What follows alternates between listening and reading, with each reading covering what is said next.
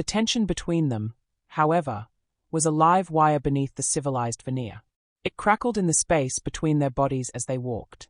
It hummed when he had to place a hand on the small of her back to guide her through the press of bodies, the heat of his touch searing through the thin silk of her gown. It flared when she would lean back slightly to whisper a sharp, identifying comment in his ear, her breath a warm ghost against his skin. The bald man with the hideous tie. City controller. He's on the Orsino payroll. Or, the woman in red. Her husband's shipping lanes are about to become mine. He played his part, his responses a low murmur only she could hear. His armed, ankle holster. Or, the waiter by the pillar. His made 3 passes. His watching you, not serving. It was a brutal, exhausting dance. A performance for the Orsinos, who they knew were there, watching from the edges of the ballroom like jackals. A performance for the rest of the underworld, who needed to see Katya Volkova unshaken, emboldened by her new protector. And a performance for each other, a continuation of their own private, unspoken war. The breaking point came during a waltz. It was expected. The host of the gala, a doddering old duke with ties to half the crime families in Europe, practically insisted the new couple take the floor. It was part of the show of normalcy. The moment his hand settled on the bare skin of her back, the moment her hand rested in his, the world narrowed to the space of the dance floor. They moved together with a surprising, instinctive synchronicity, their steps perfectly matched. But their bodies were rigid, 2 forces held in a precarious, vibrating equilibrium. "You're holding me like I'm a live grenade," she whispered, her face a mask of polite amusement for the crowd, her eyes locked on his, cold and challenging. "You are," he replied, his voice just as low, his own smile a grim, tight line. "The Orsino underboss is watching from the mezzanine. He looks irritated," she said, spinning gracefully under his arm. "Good. Let him be." Cade's gaze never stopped moving, even as he guided her through the turns. The man by the champagne fountain.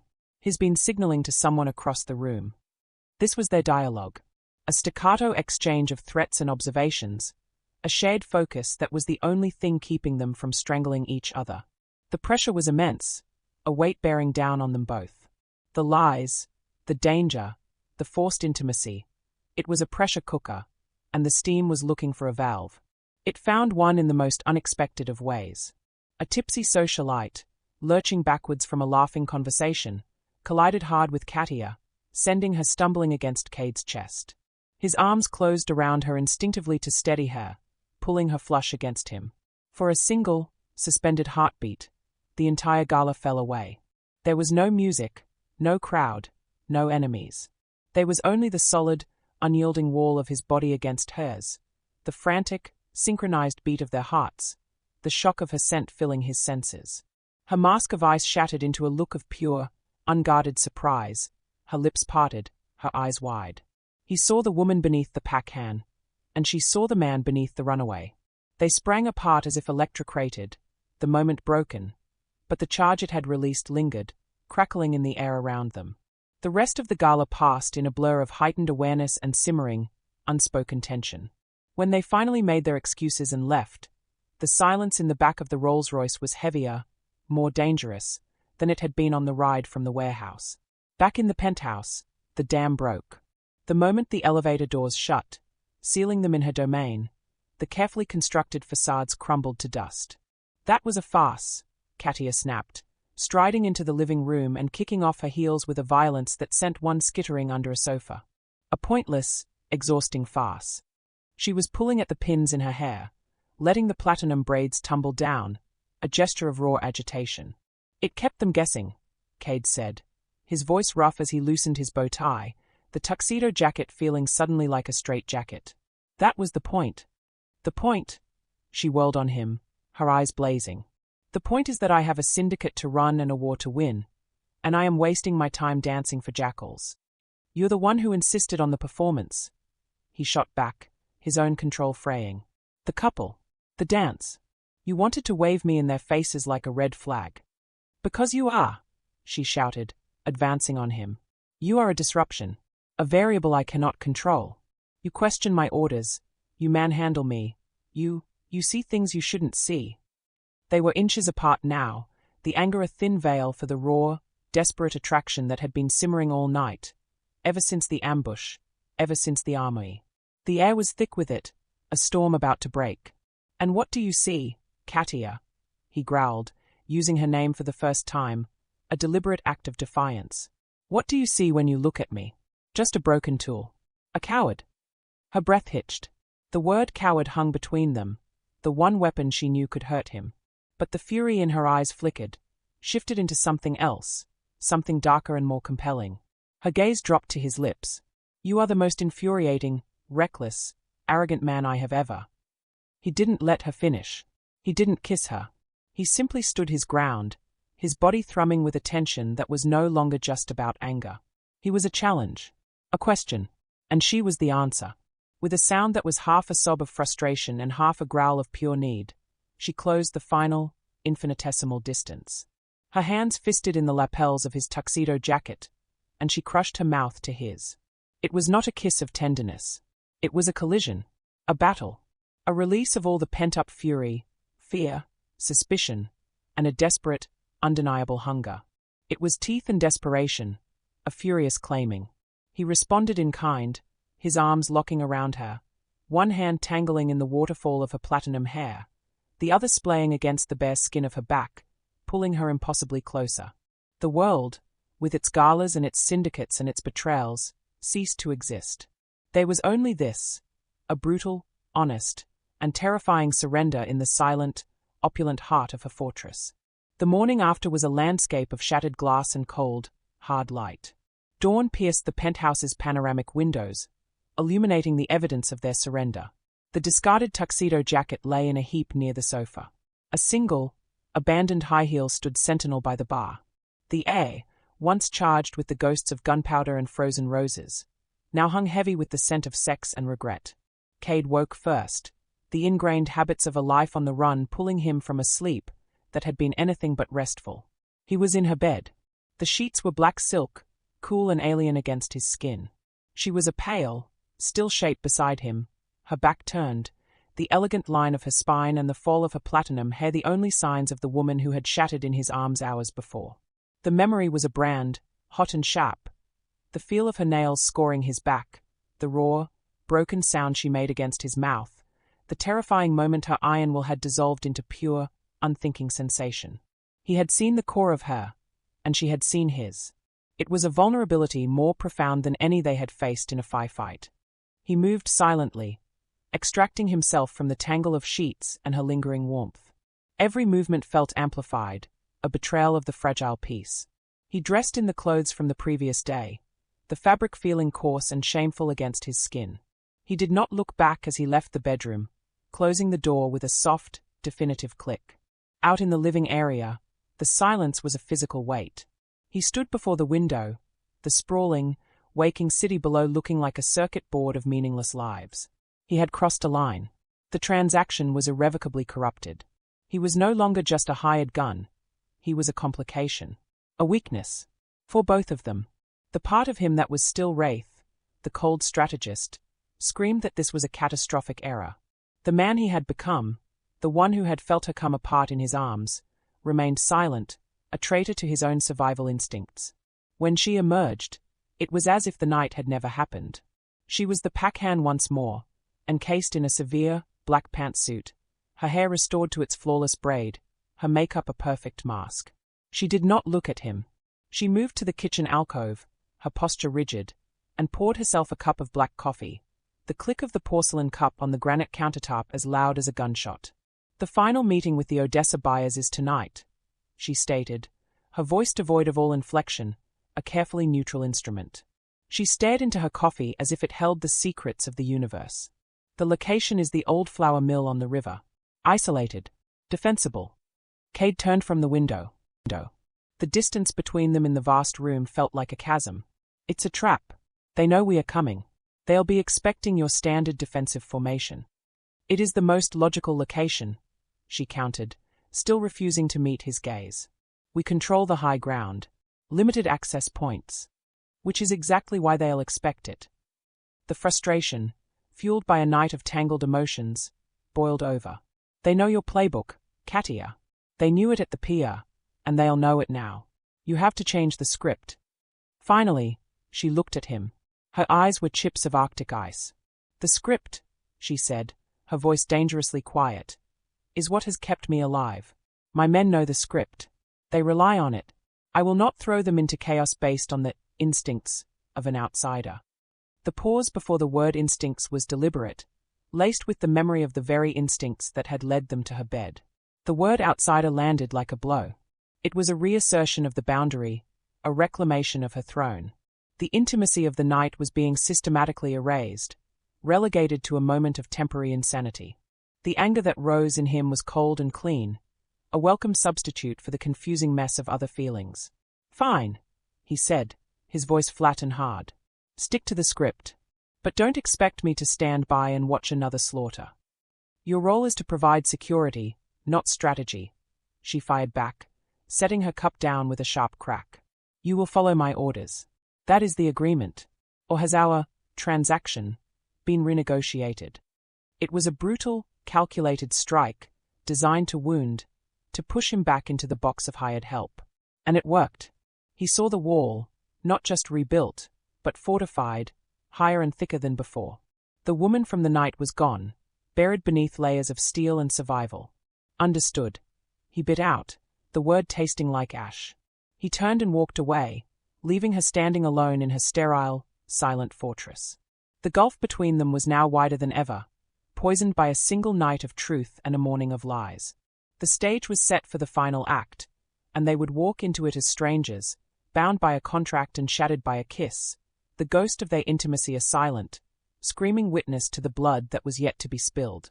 The old flour mill was a ghost of the industrial age, a hulking skeleton of red brick and rusted iron perched on the banks of the black, sluggish river.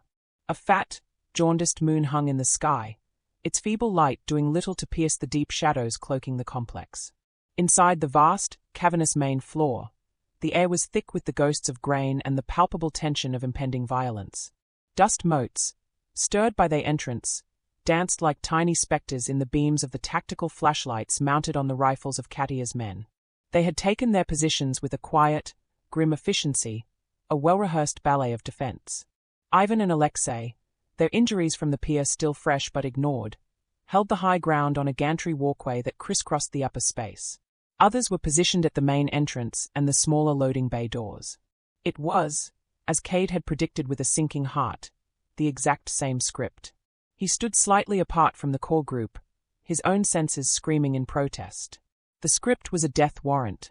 The mill was a maze of blind corners and echoing spaces, perfect for an ambush. The river access, which he had pointed out as a critical vulnerability, was guarded by a single man. He felt the weight of the pistol in his shoulder holster, a cold, dead thing. He had argued until he was hoarse in the war room, laying out alternative formations, fallback points, anything to break the predictable pattern. Katya had listened with that infuriating, icy calm and had dismissed every single one. The finality in her eyes had been absolute. This was her kingdom, her war, and he was merely a spectator with a vested interest. The buyers, a pair of nervous men in cheap suits, stood near a central pillar, a briefcase of money at their feet. The shipment of advanced assault rifles was stacked on pallets nearby, shrouded in tarpaulin. The meeting was a formality, a ritual before the storm. Katya stood near the cases, a statue of cool authority in her tactical gear, her gaze periodically flicking towards the shadows, missing nothing. She had not looked at Cade once since they had arrived. The professional chasm between them was now a canyon, and the memory of the previous night felt like a fever dream from another life. The first sign of the end was the sudden, silent death of their comms.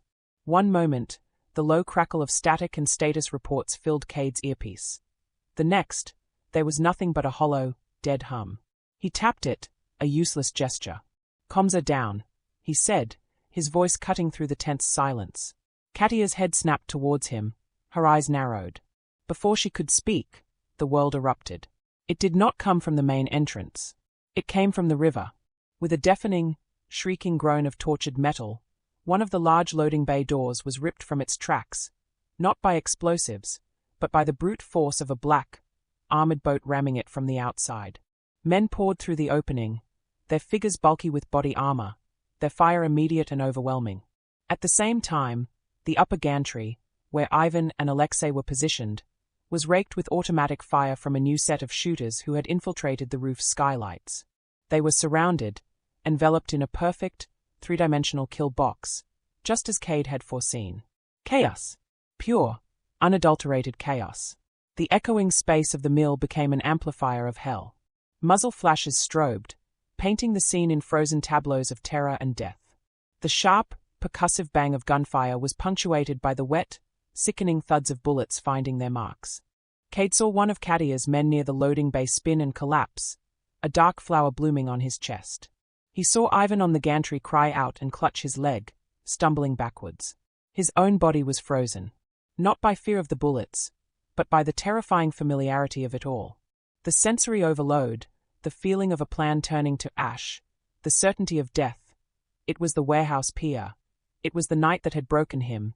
It was every failure distilled into one single, horrifying moment.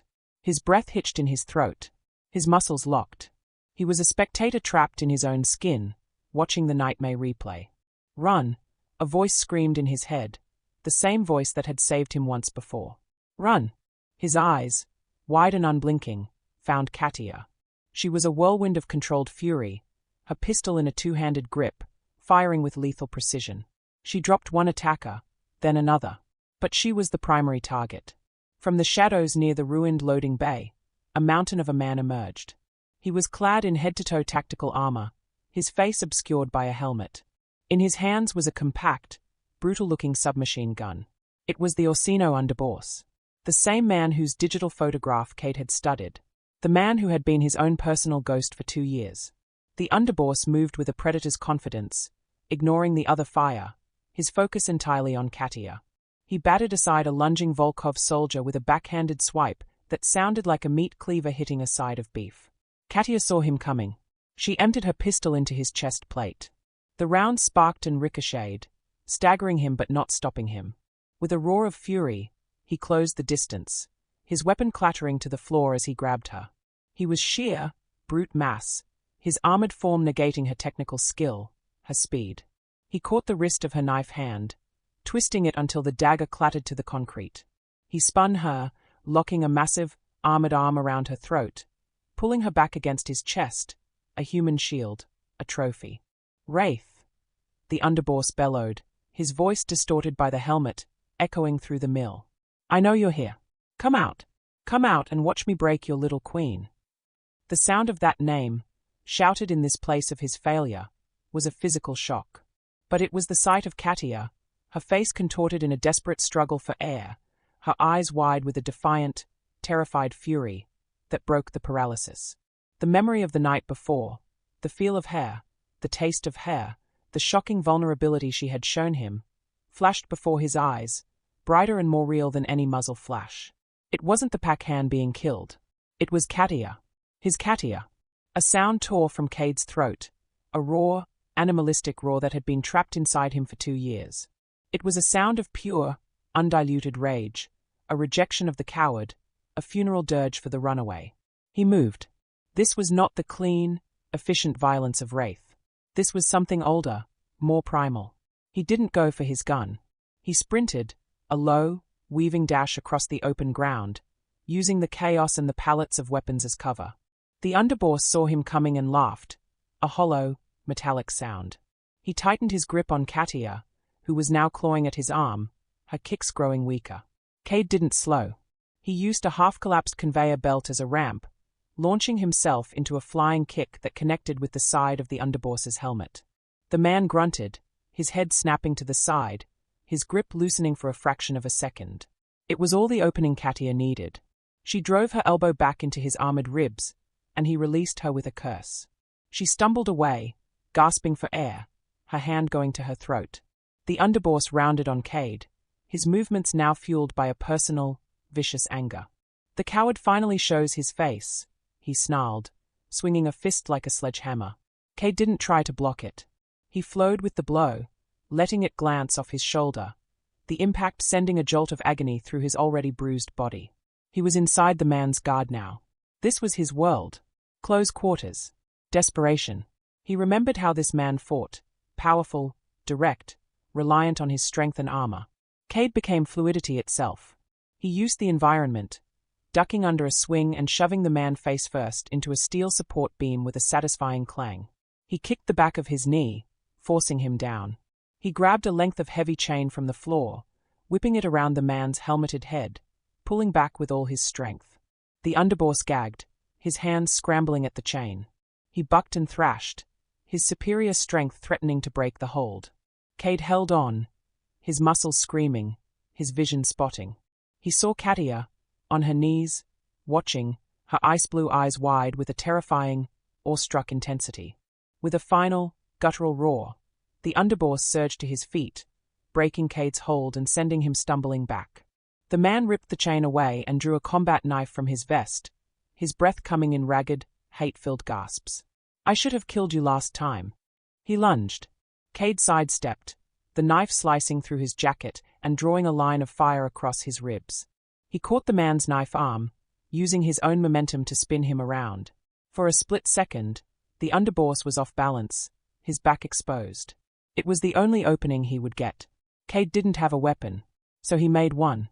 He slammed the heel of his palm upwards, striking the base of the man's helmet with a sickening crack, snapping his head back. Before he could recover, Cade's arm snaked around his neck from behind, locking in a brutal blood choke. The underboss thrashed, his knife stabbing backwards wildly, slicing Cade's arm. But Cade held on, tightening his grip, putting every ounce of his strength, his fear, his rage, and his newfound, terrifying reason to live into that hold. He held on until the frantic struggles began to weaken. He held on until the knife clattered from the man's limp fingers. He held on until the massive body went heavy in his arms. He released his grip, and the underboss crumpled to the dusty concrete, a heap of inert armor. Silence descended, sudden and absolute. The remaining Orsino men, seeing their leader fall, broke and fled into the night. Cade stood over the body, his chest heaving, his body a constellation of fresh pain. The coppery taste of blood filled his mouth. He slowly turned. Katya was still on her knees, staring at him. The ice in her eyes had melted, replaced by a look of such profound, shocking vulnerability that it stole the air from his lungs. She was seeing him, not the runaway, not the hired gun, not the ghost. She was seeing the man who had stared into the face of his own deepest terror and had not flinched. The man who had fought for her not with the cold precision of an assassin, but with the desperate, brutal fury of a man defending what was his. He took a staggering step towards her, and then his legs gave way. He collapsed to one knee, the adrenaline deserting him, leaving only the pain and the overwhelming exhaustion. He looked up at her, his green eyes meeting her blue ones across the short, dusty distance that separated them. No words were spoken. None were needed.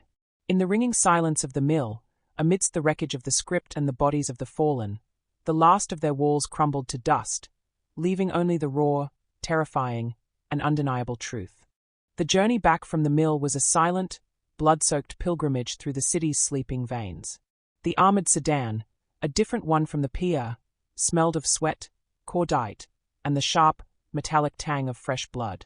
Cade sat slumped against the cool window, every ragged breath of fire in his side where the knife had grazed him, a deeper ache throbbing in his ribs from the blow he'd absorbed. He cradled his slashed arm, the fabric of his jacket soaked and sticky. The adrenaline that had forged him into a weapon in the mill had evaporated, leaving him hollowed out and trembling in its wake. He kept his eyes closed, not from pain, but to avoid the reflection in the glass, the ghost of the man he had been, and the terrifying visage of the man he had just become again. Katya sat opposite him, her posture unnaturally straight, as if held together by will alone. Her tactical vest was gone, discarded at the scene, and her dark clothing was dusted with concrete powder and darker, wet patches that were not water. Her hands, resting in her lap, were scraped and trembling.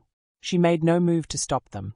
Her gaze was fixed on Cade, but she wasn't seeing the blood or the injuries. She was seeing the moment, the raw, animalistic raw that had cut through her fear.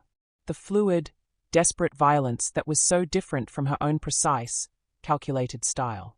The way he had held on, taking cut after cut, until the threat to her was permanently, utterly erased. He had not been fighting for a paycheck. He had been fighting for her. They did not speak. The roar of the mill and the echo of that final, sickening crack were too loud in the silence between them. The driver, Gregor, knew better than to utter a word. The car descended into the underground garage, and the process of disembarking was a slow, painful affair. Cade pushed the door open himself, refusing the hand that Anatoly, who had been waiting with a medical team, offered. He walked, each step a deliberate act of will, towards the private elevator. Katya followed, her own steps silent on the concrete. The penthouse was a mausoleum of their former selves. The sterile, modern elegance felt like a mockery of the raw, primal world they had just inhabited. The moment the elevator doors sealed them in, the last vestiges of their public facades crumbled. Cade staggered to the nearest wall, bracing himself against it, his head bowed, his breath coming in shallow, pained gasps. He felt her presence before he heard her. She didn't speak. Her hands, cool and surprisingly gentle, were suddenly on him. She helped him out of his ruined jacket, her touch clinical yet unbearably intimate against his blooded skin. She guided him to the large, leather sofa and pushed him down. He didn't resist. He watched through a haze of pain and exhaustion as she moved to a hidden panel, retrieving her advanced medical kit, a field surgeon's pack, not a simple first aid box. She worked in silence, her movements efficient and sure. She cleaned the knife wound on his arm with an antiseptic that burned like hellfire, but he didn't flinch. His eyes were locked on her face, on the intense, unblinking focus she gave to the task, as if suturing his flesh was the most important mission in the world. She stitched the cut with a hand as steady as a sniper's, the needle piercing his skin, the thread pulling the edges of his failure and his redemption together. She taped his ribs, her fingers probing the bruising with a professional detachment that somehow felt more personal than any caress. He was shirtless, vulnerable under her ministrations, but for the first time, he felt no urge to hide. The walls were gone.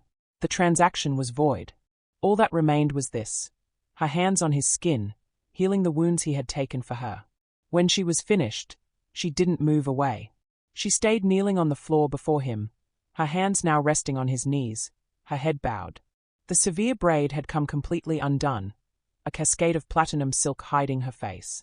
The silence stretched, thick and heavy with everything they had not said. "It wasn't your fault," he said, his voice a ragged whisper, breaking the quiet. He wasn't talking about the mill. He was talking about the PR, the script, her refusal to listen. He was absolving her. A single, shuddering breath escaped her. It was a sound of profound relief, of a weight she had not acknowledged carrying finally being lifted. She looked up, and her eyes were glistening with unshed tears, not of weakness, but of a truth too immense to contain. The ice was gone, melted away, revealing the raw, stunning vulnerability of the woman beneath. "I know," she whispered back. And then, softer, "Caleb." The use of his real name, the one he had buried, spoken in that tone, with that look in her eyes, was his undoing. He reached out, his hand, the one not bandaged, cupping her cheek. His thumb stroked away a single, traitorous tear that escaped down her pale skin. It was a gesture of infinite tenderness, a language neither of them knew they possessed. She leaned into his touch, her eyes closing for a brief moment, a silent surrender. When they opened again, they held no more secrets, no more defenses. They held only him. "I'm not running anymore, Katya," he said, the promise settling in the space between them, as solid and real as the stitches in his arm. A ghost of a smile, the first true, unguarded one he had ever seen, touched her lips. It transformed her, softening the sharp edges, revealing the breathtaking woman who had been hiding behind the throne all along. "I know," she repeated, her voice steady now, filled with a new, unshakable certainty. She rose from her knees and sat beside him on the sofa, not touching him, but close enough that he could feel the warmth of her. They sat there in the quiet dawn, two broken, formidable creatures, surrounded by the wreckage of their pasts, staring not at an ending, but at a terrifying, exhilarating beginning. The runaway had stopped running. The queen had found her king. And their empire, forged in fire and blood and this impossible, undeniable truth, was just beginning. The days that followed the mill were a study in quiet, seismic shifts. The penthouse, once a fortress of solitary power, became a shared convalescent ward. Their injuries were a tangible boundary, a legitimate reason for the world to be held at bay, and they used it to create a fragile, new ecosystem for just the two of them. Anatoly handled the fallout, the quiet removal of the Orsino underboss's body, the strategic dismantling of the now leaderless rival syndicate, the redistribution of their assets. The war was over. They had won. But the true battle, the internal one of reconciling who they had been with who they were now, was just beginning. Cade's body was a map of their victory. The knife wound on his arm was a neat row of black suture, the bruised ribs a tapestry of purple and yellow that made every deep breath a conscious effort. He moved through the penthouse with a slow, deliberate care that was so unlike the coiled tension of the man who had first arrived. He spent hours at the vast window, not hiding, but watching, as if seeing the city for the first time without the filter of fear. Katya's physical wounds were lesser, bruises, a sprained wrist, but the psychological ones ran deeper. The absolute certainty of her command had been fractured, not broken, but forced to make room. She did not return to her Stark office immediately. Instead, she was often found in the living space, sitting with him in a silence that was no longer charged with hostility, but with a tentative, unspoken negotiation. It was on the third evening, as a rainstorm lashed against the windows, that the first true crack appeared in her armor. Cade was struggling to open a jar of pasta sauce with one hand, his injured arm making the task comically futile. He let out a grunt of frustration. A soft sound made him turn. Katya was watching him from the doorway, a faint, almost imperceptible smile touching her lips. It was gone in an instant, but he had seen it. She crossed the room, took the jar from his hands without a word, and opened it with a single, sharp twist of her wrist. She set it down on the counter with a quiet click. "My father," she began, her voice quiet, her gaze fixed on the jar, believed emotion was a flaw in a leader. "He told me my compassion would get me killed." She looked up, her ice blue eyes meeting his. "He trained me to be a weapon, to be harder, colder, and more ruthless than any man in the room. For a long time, I believed that was the only way to be Pakhan." Cade didn't move, didn't speak. He simply listened, giving her the space to unspool the thread she had kept locked away for a lifetime. "The night he died," she continued, her voice dropping even lower, "he told me I was still too soft, that the syndicate would eat me alive." She gave a short, bitter laugh that held no humor. "So I built walls. I became the Ice Queen. I showed no weakness, accepted no counsel. I thought that was strength." Her eyes searched his, looking for understanding. "At the mill, my strength nearly got us all killed. Your weakness, your fear, it was what saved us." It was the most profound thing she could have said. She wasn't just admitting he was right. She was redefining the very foundations of her power in front of him. She was showing him the scared girl who had been forced to become a queen, and was now, for the first time, questioning the price of that crown. In the quiet that followed, punctuated only by the drumming rain, Cade knew it was his turn. The debt of truth had to be paid. "It wasn't just one man," he said, the words feeling like shards of glass in his throat. He walked to the window, watching the rain streak the city lights into watery tears. "The night I ran, it wasn't a fair fight. It was an ambush, like the Pia, but worse. They used a child, a hostage. I had the shot. I had the underboss in my sights, but the child was in the way. A calculated risk. I took the shot." He closed his eyes, the memory as fresh as the pain in his side. "I missed. The child didn't. The underboss overpowered me. He had me on the ground. He could have killed me. Instead, he laughed. He told me to run, to tell everyone how the great wraith had been broken by a little girl's blood."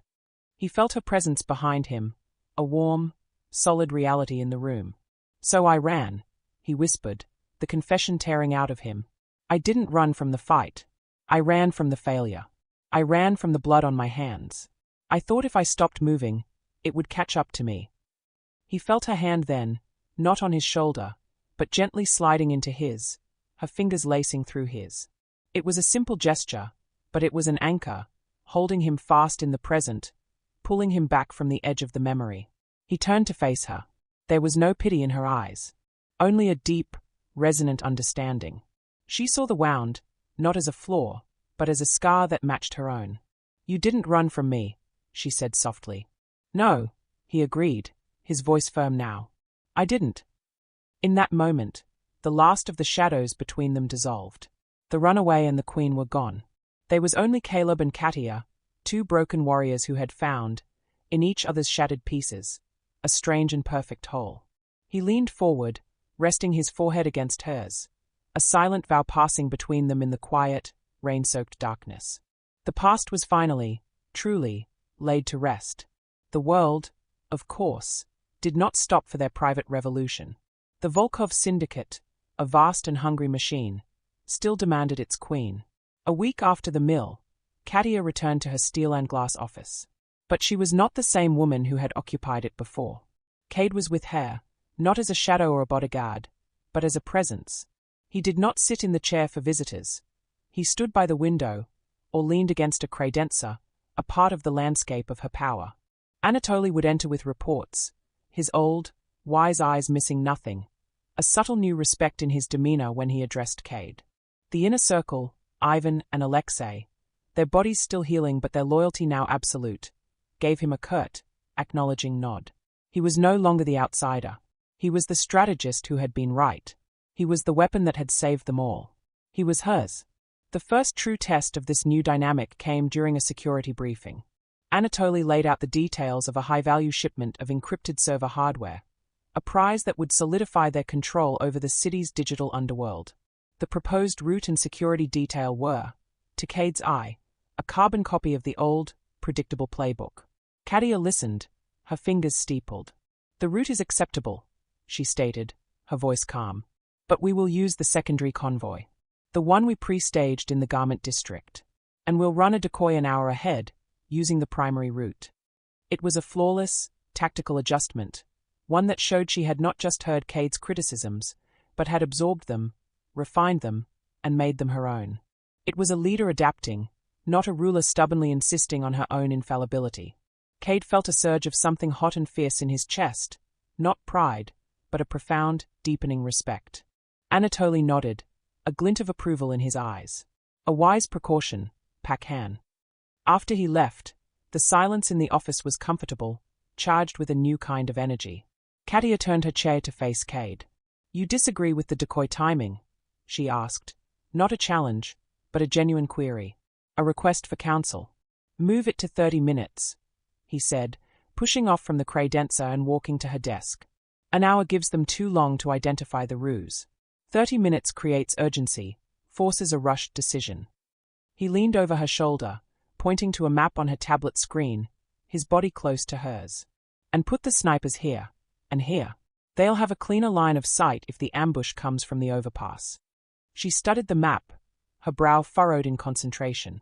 Then she nodded, making the digital adjustments with a flick of her finger. Done. It was a partnership. A real one. Forged in the fire of shared failure and sealed in the quiet intimacy of shared truth. The power in the room was no longer a solitary, crushing weight on her shoulders. It was a current that flowed between them, amplified by their combined will and intellect. That evening, they found themselves on the terrace. The city sprawled beneath them like a kingdom they had reclaimed together. A bottle of vodka, frosty and clear, stood between them on a small table. The air was cool, the sky a deep velvet studded with cold, hard stars. The silence was easy, filled with the hum of the city and the unspoken understanding that had become their native language.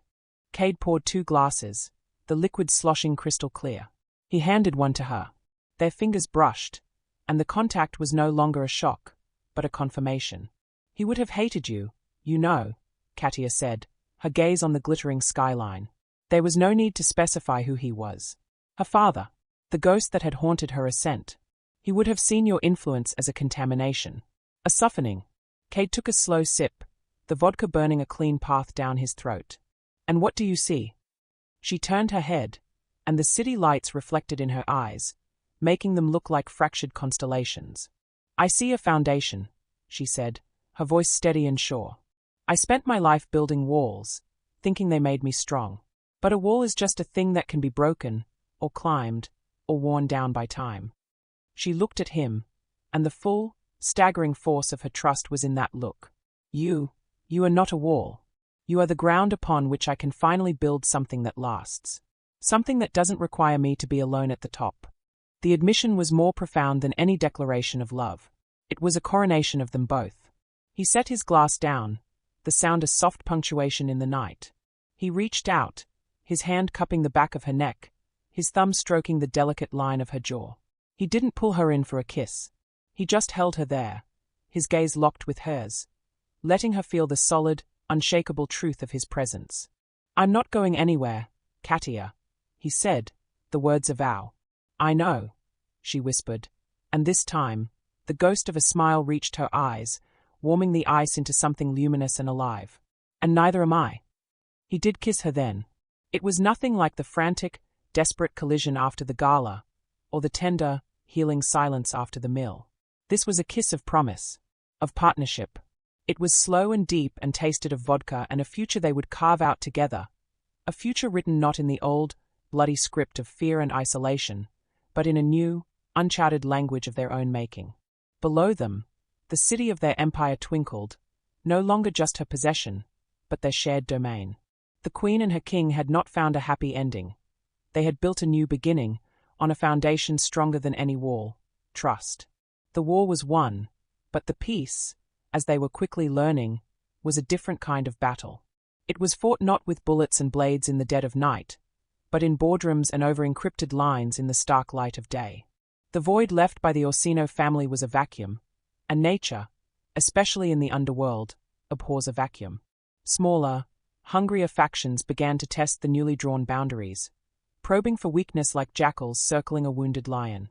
They found not a wounded beast, but a new, unified predator, its vision sharpened by a hard-won trust. The change in the Volkov syndicate was subtle but seismic. Strategies were no longer dictated from a solitary throne but forged in the quiet intensity of Katya's office, a space that had transformed from a sterile command center into a dynamic war room. Cade was no longer a silent observer by the window. He stood beside her, his presence as integral to the room as the steel desk or the cityscape view.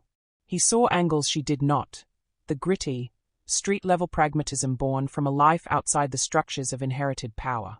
She, in turn, possessed a breathtaking, strategic foresight, an understanding of the vast, interconnected web of finance, politics, and fear that held an empire together.